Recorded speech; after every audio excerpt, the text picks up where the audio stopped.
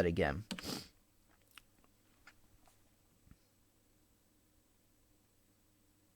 A chord progression is basically the background chord sounds to any piece. It's that pattern of chords. And rock music, of course, has its own common chord progressions.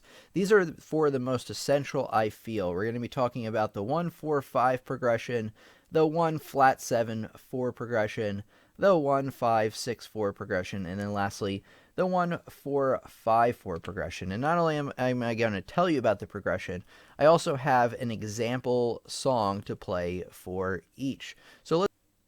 Okay, I want to mention something really quick before we get started. So if you don't know anything about chord progressions at all, I'm going to make sure to put like a little card that pops up, also a link in the description of a lesson that I recommend you watch first about building chord progressions so that you can understand what we're talking about today. Since I'm not going to start from the very beginning, I'm going to assume you kind of know a little bit about chord progressions already.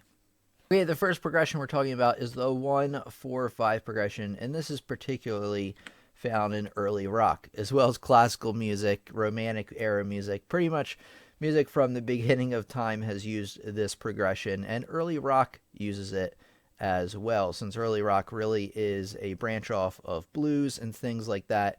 Also very prominent on the 1-4-5 progression.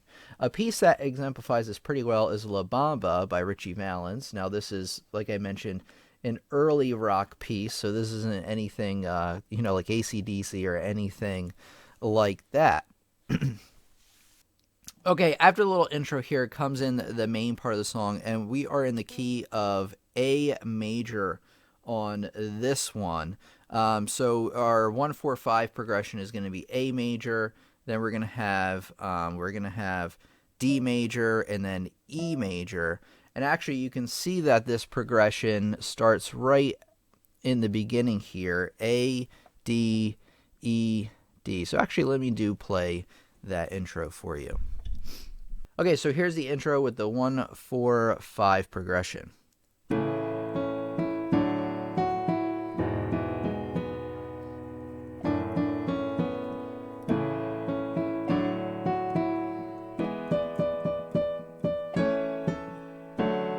So if I just play the chords by themselves, you can hear that simple progression. So 1, 4, 5, 4, then 1, 4, 5. So it just repeats that 1-4-5 over and over again during this piece. Once again, used in earlier rock. Let's get into a little bit more fun of a chord progression, which is this next one.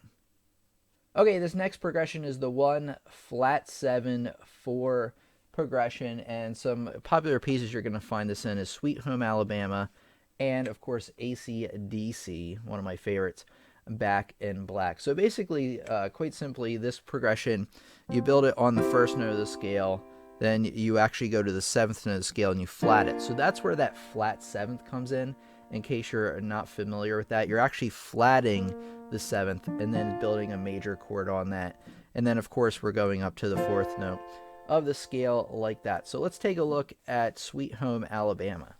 Okay, so here we have the opening to Sweet Home Alabama, and right in the opening you're going to be able to hear this progression. We're in the key of G on this one, so you have your one chord, and then flat 7 in this case will be that F major, and then the C major, which is your 4. So 1, flat 7, 4,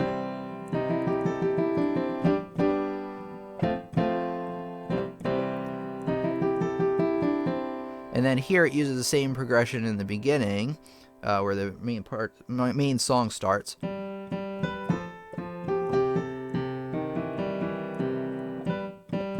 Whoops.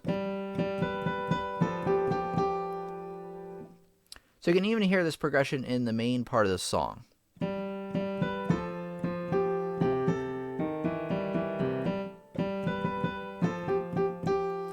Just like that. So, and then it just kind of repeats throughout the whole piece. That's one thing you're going to find, that a lot of times when a piece, even a lot of modern pieces, when they pick a chord progression, they stick through it through a good part of the song. Now, if there's a chorus and things like that, they might change key then, but usually the intro and the main part of the song have the same kind of chord progression to help create the overall sound of the piece. So this one was the 1 flat 7 4 progression. All right, so this one's a little bit more of a contemporary chord progression. It's the 1 5 6 4 progression. And by the way, if you wonder why some of the Roman numerals are uppercase, some are lowercase, the uppercase ones signify a major chord, and the lowercase is a minor chord. So that 6 chord is actually going to be a minor in this case. And today, or for this one, we are looking at Hey Soul Sister. It looks like it was written by Pat Monahan, but I think there's another name that goes along with it as well. But let's take a look at this piece.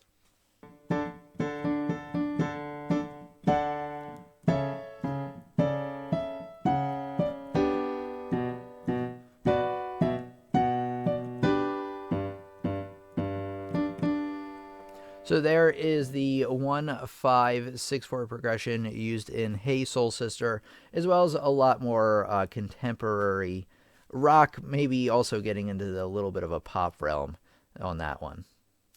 Okay, next we're talking about the 1 4 5 4 progression, which is used in Wild Thing. Now, this progression is pretty similar to the first one we talked about, 1 4 5, but this goes back to 4, 1 4 5, and then back to 4, which creates a little bit of a different kind of sound, although still very, very basic. All right, let's take a look at the piece we have here. All right, so taking a look at Wild Thing here, we're in the key of F this time, meaning our one chord is going to be an F chord, which we can hear right away. And then if you can take a look at they actually give us the lead sheet on this one. It says B flat, so that's going to be our 4 chord, which makes sense. That's what we're supposed to be going to. Then to the 5 chord, which is C major, and then back to that B flat. So you're going to constantly be hearing this kind of thing.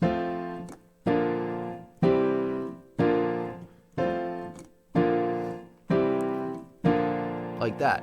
So let me play the intro here for you.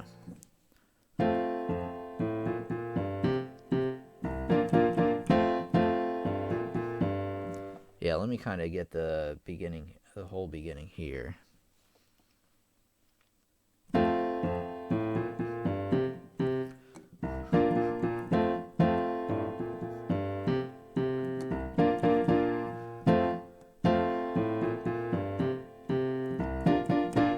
You make my wild thing.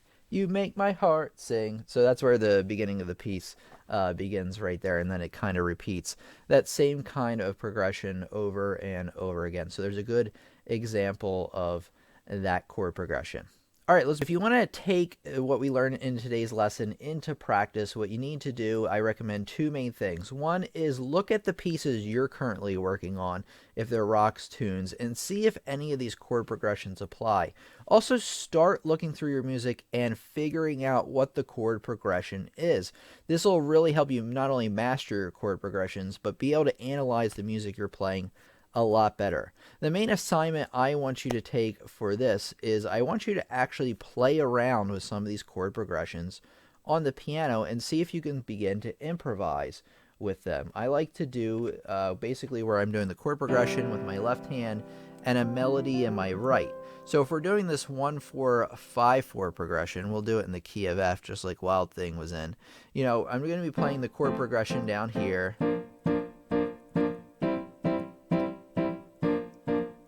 And then I'm going to make up a melody up here.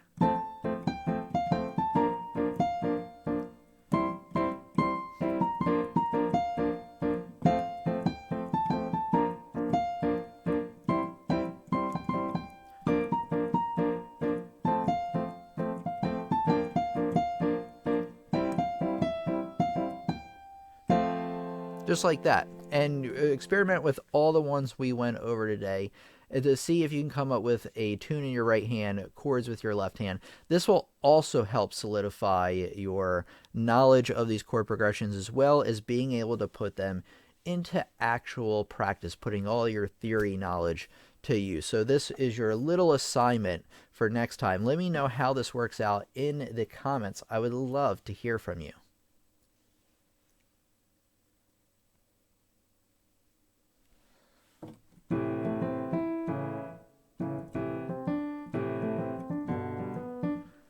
Yeah, Heart and Soul. I wonder if Heart and Soul has the same kind of thing.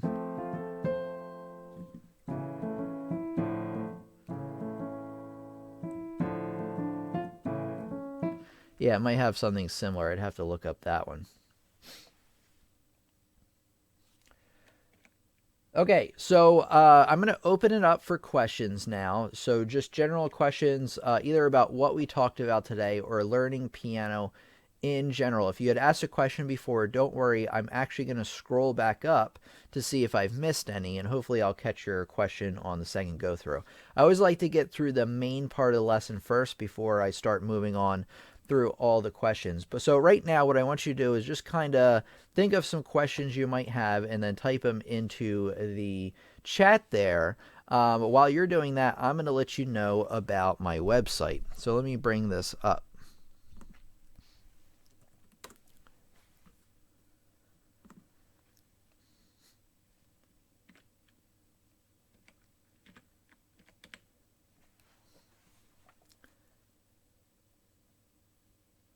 All right, if you like today's lesson and you like the channel in general and you're looking to take things you're playing, your understanding of music to the next level, you definitely want to check out my website, pianolessonsontheweb.com, where I have over 20 courses for beginners, intermediate students, and advanced students, as well as videos along with printable sheet music examples, real pieces to play, and a lot of other things to enhance your learning. Another great thing that you get along with it, another reason you should sign up, is you get to email me your questions along the way while you're learning, and I'd be more than happy to help clear any confusion you might have. So it's really like the YouTube channel, except you get real songs to play, you get printable sheet music examples, all that good stuff, and then you also get extra help from me. You can't go wrong. And one thing I want to tell you is that if you use code YouTube during checkout, you can get an additional 15% off any order. So let's take a look.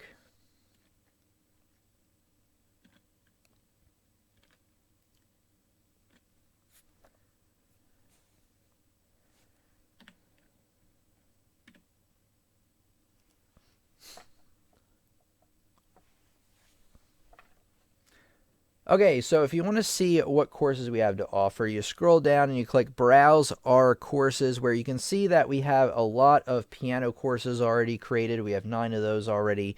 You know, a lot of music theory courses to sink your teeth in. So if you really want to know how music works, not just playing the notes themselves, and actually if you want to get into writing music as well, you're definitely going to need these courses.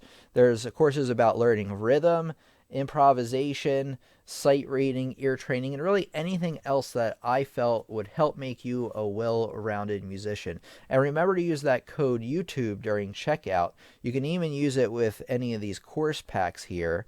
And actually, if you want to know where to put the code in, which some people do, ask me, since, I mean, it's not hidden, but, you know, you might not catch it. So you add to cart, you click checkout, and then once you get to this page, here we go, there's a little red text right here that says add coupon code. So you just type in YouTube right there, and then it applies your 50%, not 50% off, $15 off, 15% off rather, right there. All right, I just want to let you know about that, because if you like what you see over here on the channel, you're really going to like what you see over there. And it's also a great way to help support the channel. So if you want to make sure that these lessons are going stronger and better than ever before, you definitely want to check out pianolessonsontheweb.com. Okay, looks like we got some questions here, so I will answer those now. Thank you, everybody, for chiming in with some questions.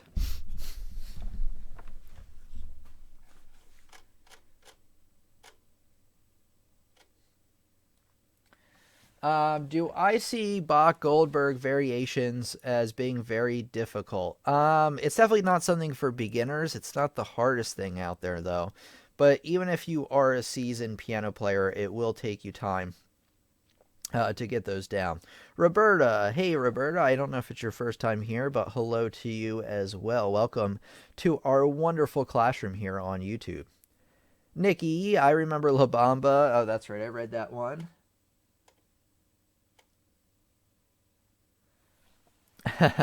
Adria says La Bamba. What? Flatting the seventh changes the mode. Okay, answered that one.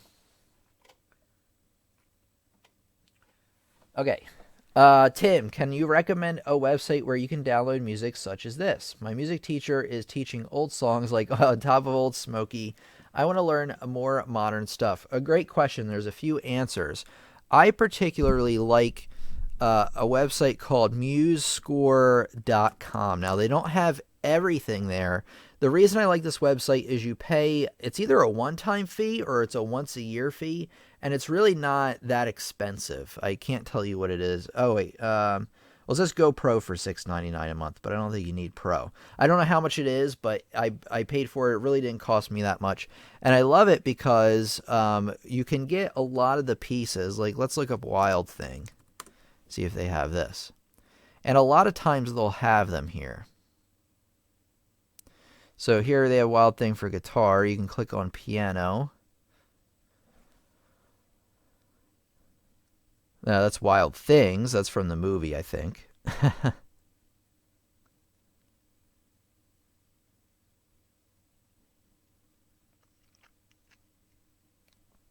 Okay, so that's a bad example. You can't find that one. But that's one website I do recommend.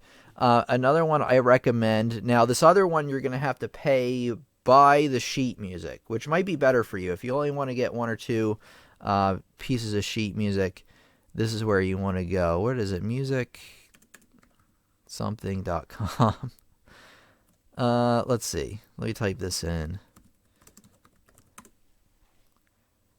Okay, another one that I like is musicnotes.com. Again, you're going to have to pay for them by the sheet music. They're anywhere from $3.50 usually to $5.50, which isn't too bad, but you're going to have to pay for each song that you want. So let's see if they have Wild Thing. The good positive thing about this website is that they do have a lot of stuff, and then they also have like different difficulty levels as well. So if you're looking for easy piano, they have that kind of thing, like right here.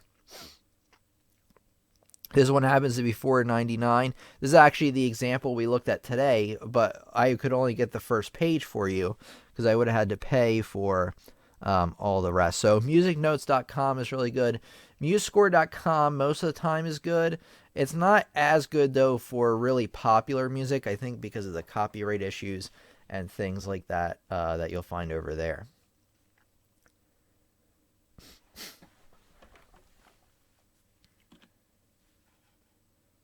All right, Gregory, back once again. Good evening, Tim, and everybody. You always bless us with great work. Thank you so much. Thank you so much for all your help. You're welcome. Odette's back again. Hey, Odette. No problem that you couldn't make it.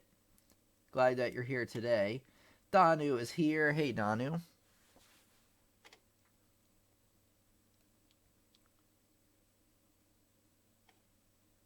Thomas says this help took notes on the chord progressions. Thank you so much. Should we Real Winslet fan asks, should we play inversions to make smoother transitions, or is it just to taste? You should be using your inversions between chords. Now, this is a lesson I really need to make all on its own, but if you're wondering what I'm talking about, if you notice a lot of times I don't jump from like chord to chord to chord in root position. I mean, sometimes I do if I'm trying to show you what note of the scale it's based on, but a lot of times I'll play the chords in inversions so that they sound better. In general, when you're moving between one chord, moving between two chords, you want to retain. You basically want to move between chords in as little movement as possible.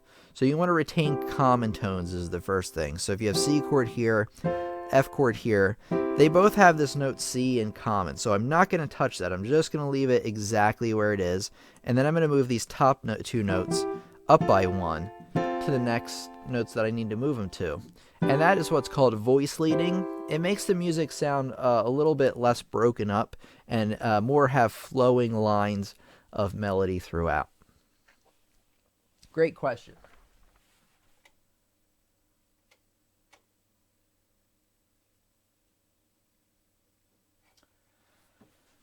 Any handy mnemonics or shortcuts? My mic hit me there. Any handy mnemonics or shortcuts to quickly recall the 1, 4, 5 chords in each key, other than the circle of fifths? I don't know. I mean, I'm sure there is. I don't have any off the top of my head, unfortunately. Thomas says, do I play... well, actually, let me kind of give you some more information, Real Winslet fan. I would actually just practice them. I'd maybe make a list of 4 chord progressions like the ones we talked about today and add it to your practice list and actually spend some time practicing these chord progressions in different keys. Also, like I mentioned in the lesson, going through the pieces that you already have and analyzing the chords throughout will also help you get better at memorizing these chord progressions and being familiar with the different types and which ones, like right away, you'll know that'll sound good. Thomas says, do you play any other instruments? Yeah, I played bass guitar for a while, and then I played trombone. I don't currently play any other instruments regularly, just piano, because that's, what I decided to go with in terms of teaching. Hey, Adria's back.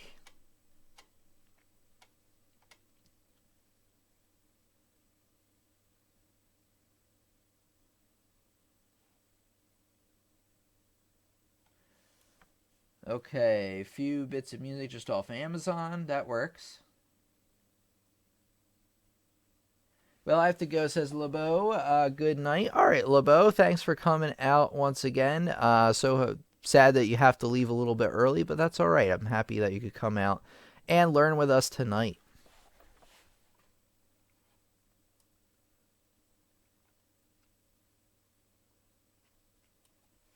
All right, it looks like that's it for questions. Do you have any other questions about what we talked about today or just in general? If not, I will kind of give you a little bit of what to look forward here to on the channel. One thing I want to do is let me write down the link to my website that I was talking about earlier.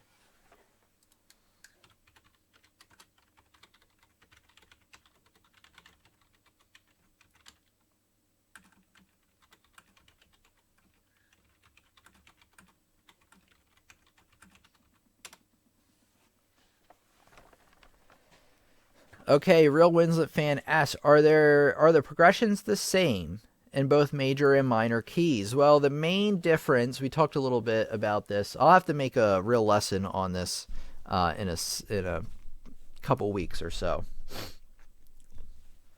All right, the only real difference is that instead of the chords being major, they're going to be minor. So for the most part, the major chords are turning minor. The chords that were minor before are, for the most part, turning major.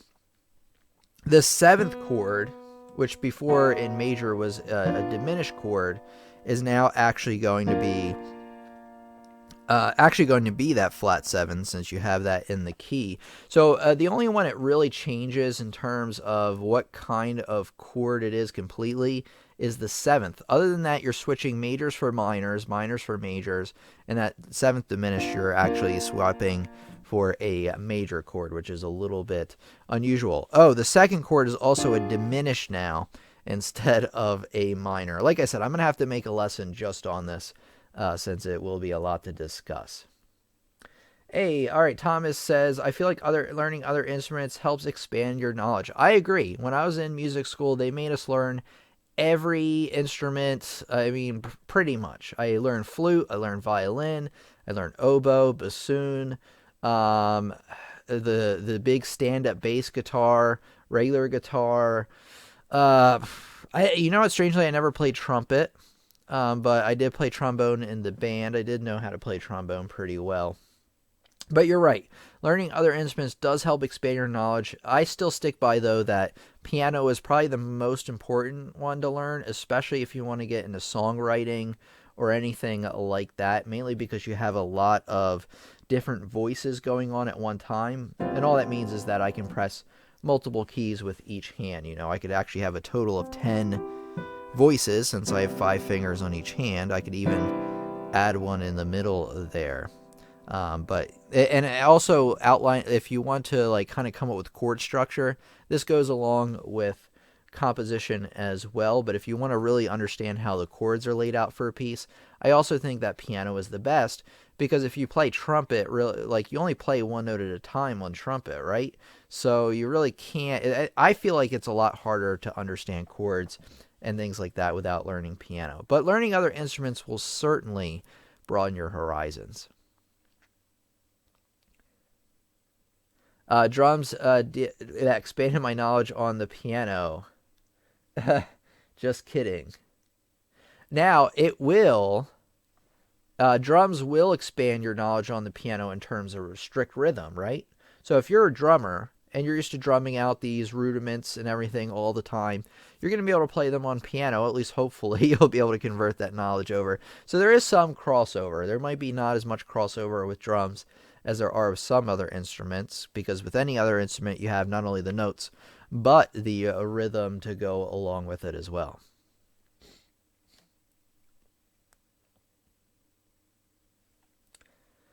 Okay, any other questions about what we talked about tonight? We're getting some good questions in here. I want to take the time to thank everybody for coming out tonight. I mean, we're going to stick around here for a few more minutes, but I just want to make sure, in case some of us have to leave early, I just want to thank you all for being a part of our awesome classroom here on YouTube. I have a lot of fun doing these live classes Fridays and Sundays at 8 p.m. Eastern Standard Time, and I hope you have fun as well. We have a lot of great discussions here. I know you learn a lot, and I learn a lot, and it's a really, really good experience for everybody. And like I always say, if it wasn't without your support of just watching the videos, attending the live streams, commenting, things like that, I would have stopped doing this back in 2013 when I started. So it's really thanks to you, the viewer or the student, that we're still here and still going very, very strong. So thank you, everybody, for that. There's a lot of great things coming up in the channel this year. If you want to know what we're talking about and when, at least for the next month or so, what you want to do is you want to go to that website I mentioned earlier, pianolessonsontheweb.com. But this time you want to click up on the community tab up on the top toolbar. And this takes you to the community page where you can look at a calendar of what we're talking about and when. For the most part, the Friday lessons are the bigger lessons where I will really do like a really big lesson and we'll have a discussion around it after. And then Sundays are really for me to answer your questions about learning piano and music. So we're meeting again on Sunday, 8 p.m., same time we did today. And then on Friday, we're going to be learning about how to learn to play fast piano runs and fills. So this is like if you have, you're playing a piece, and then you just have like a blank part where you don't really have a lot of notes going on. Well, this will teach you how to add in different runs and fills and things like that. I don't really have any I can play for you now because I want to craft them just for this lesson. Thank you, Tim. You make our hearts sing. Thank you very much, Catherine. I appreciate that. So check out the calendar on pianolessonsontheweb.com/community if you want to learn more. Also, following us on Facebook and things like that is also a really good way to keep in touch so you know what's going on. And then, of course, I don't even need to mention to subscribe if you haven't already. Let's take a look. Rich says, Tim, I'm almost done with Sonata in C. Oh, Sonatina in C, rather. Perfect. I'd like your input when I'm done learning it. Of course, yeah. So, Rich, send me over a link. I might even see it in my subscription box because I am subscribed to you, of your recording, and I'd be more than happy to listen to it and let you know what I think.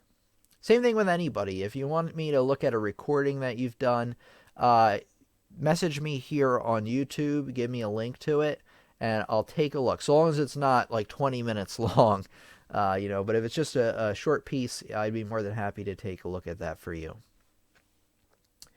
Hey, Jordan says, hi, Tim, I'm learning 1,000 Years, okay, by Christina Perry, but I'm stuck at bar 76 to 83. Any chance to help me? Thanks in advance. Can you do this? Email me, tim@lessonsontheweb.com.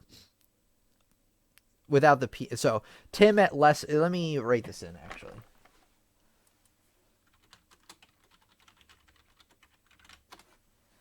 So email me at that address, and then if you could take a screenshot of the measures you're looking at and send them to me in that email, that will be hugely helpful, because I'll be able to just open up the email, look right away at the sheet, because with it now, I'd have to look to see if I have that piece. I don't think I have another version of that piece. I have played it with students before, but I think it was a version that they had. So I don't even think I have this piece. I do know about it, though. So how about, if you can take a screenshot of it and send it to me, that would be amazing. Then I could give you a little bit more insight, and also let me know what exactly you're struggling with about the measures. The Revolutionary Etude. Some play Etude Opus 10 to 12 Revolutionary.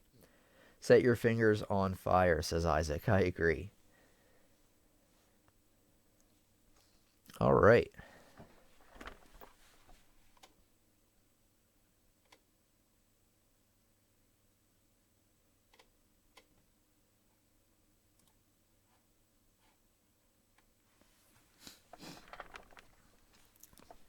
Okay, any other comments or questions? If not, we'll wrap it up here in a couple of minutes. All right. Yeah, I think I went over already everything I wanted to go over. So I'll give you another few minutes to kind of chime in with any comments or questions you might have had. And by the way, I didn't update it on the calendar yet, but I do want to show you something for Sunday's lesson. Sunday's lesson. Let's take a look.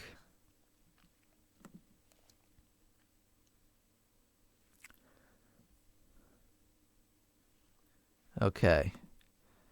Just looking up what Sunday's lesson, because I decided on a topic that was a little different than the calendar. So let me see. Oh, Sunday we are talking. I'm answering your questions about chords. So come up with any questions you have about playing chords on the piano. Kind of a great follow-up to what we talked about today, and bring those with you on Sunday.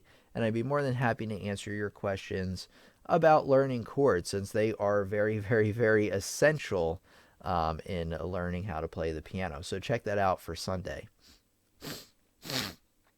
Sorry, everybody, the allergies are killing me a little bit. Just give me a second here.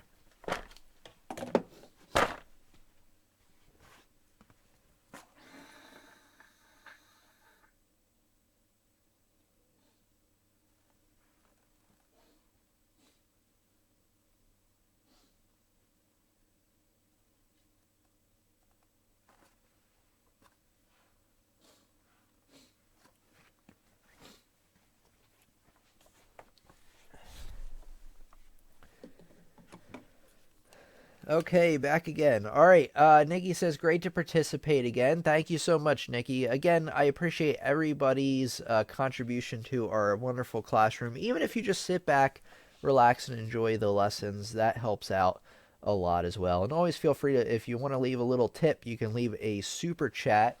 It's right here. Basically, you click on that little icon and you can leave a few dollar donation if you want to. I have allergies too. It's terrible. I agree. And they always kick in at the absolute worst time imaginable, like whenever we start the live stream. I'll be like fine all day, and all of a sudden it'll be like, oh man, it hits me all at once. All right, everybody. I think that does it for today. It looks like that's it pretty much for the questions and everything. Let me do a formal outro and see where we go from here.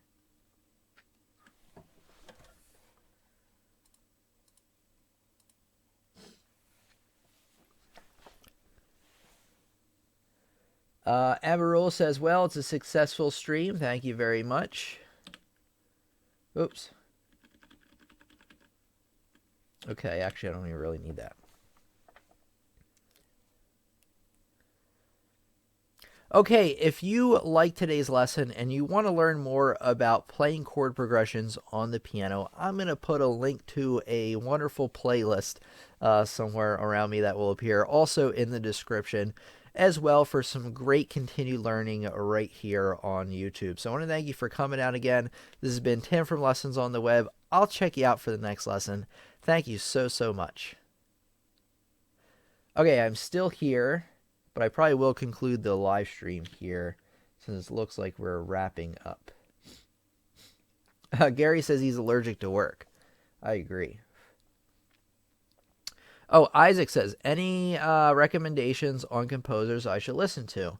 I tend to stick near the same scales and patterns when improvising and would like to open myself up to learning, try new methods to improve my creativity. I recommend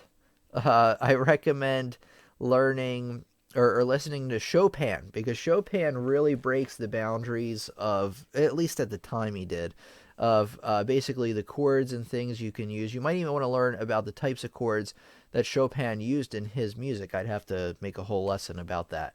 So Chopin's really good. Listening to Bach and things like that is okay, but Bach is very basic in terms of chord structure and things like that, so you're not really going to get anything new out of that.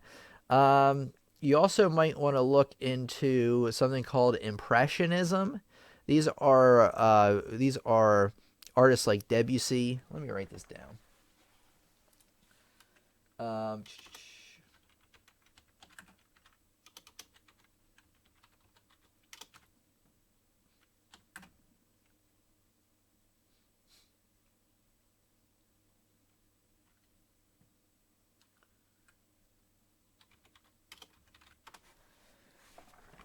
I would start listening to Chopin, Debussy, and Ravel because they are really outside of the box in terms of normal ways of constructing music.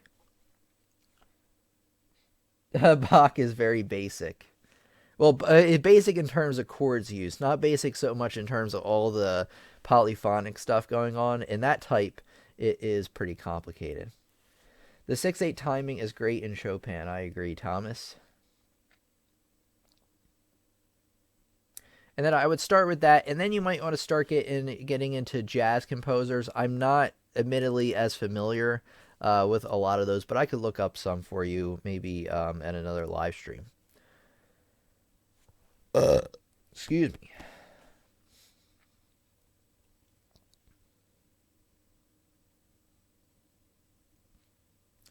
All right, everybody. It looks like that's it for today. Thank you so much for coming out, being a part of our classroom. We're going to meet again on Sunday. We're going to meet again next Friday. Make sure to mark it down on your calendar so you don't miss out. So thanks, everybody, for coming out. This has been your teacher, Tim from Lessons on the Web. Have a great week, and I'll talk to you again real soon. So thank you so, so much.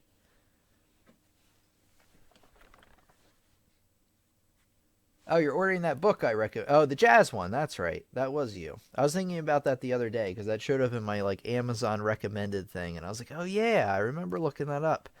So that was for you. All right, thanks everybody. Have a great night.